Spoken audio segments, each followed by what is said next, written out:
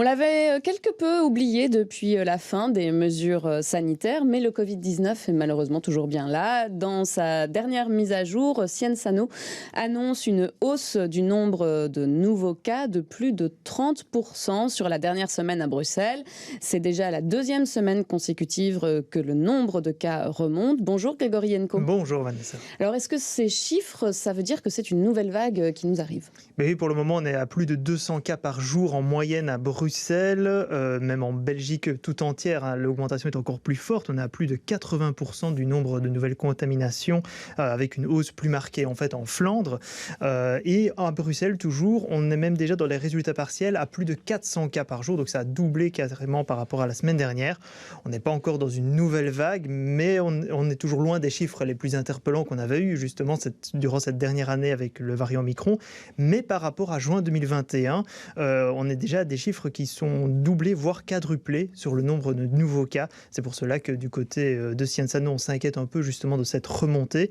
Alors heureusement, les hospitalisations restent stables, avec autour de 120 patients actuellement, et les soins intensifs ont clairement diminué. On a actuellement 5 patients qui sont hospitalisés pour Covid-19. Le nombre de décès est également en baisse. Ça, c'est un peu plus rassurant.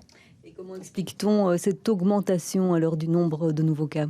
Évidemment, il y a la vie sociale qui reprend un peu plus avec l'été, mais surtout, ce sont des nouveaux sous-variants en fait, qui s'annoncent. Jusqu'à présent, c'était Omicron BA2 qui était dominant à plus de 90% ces 2 derniers mois. Mais ces derniers temps, on a d'autres sous-variants qui s'appellent BA4 et BA5. Actuellement, on a près de 4 tests sur 10 qui montrent que le sous-variant BA5 est présent actuellement. On sait que ces sous-variants sont plus contagieux, mais on ne sait pas encore si cela peut mener à des formes plus graves de la maladie. Ça reste toutefois un risque pour les personnes les plus âgées et les personnes immunodéprimées. Évidemment, ce sont les plus fragiles à ce sujet-là. Voilà, donc si on résume, les cas augmentent, la vaccination, elle stagne.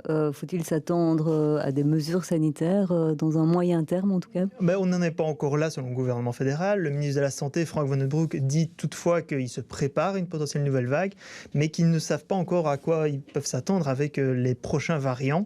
Il annonce toutefois qu'une nouvelle campagne de vaccination reste possible après l'été pour surtout une dose de rappel pour les personnes les plus fragiles. On n'est pas non plus à une dose supplémentaire pour toute la population. À ce sujet-là, c'est encore en discussion.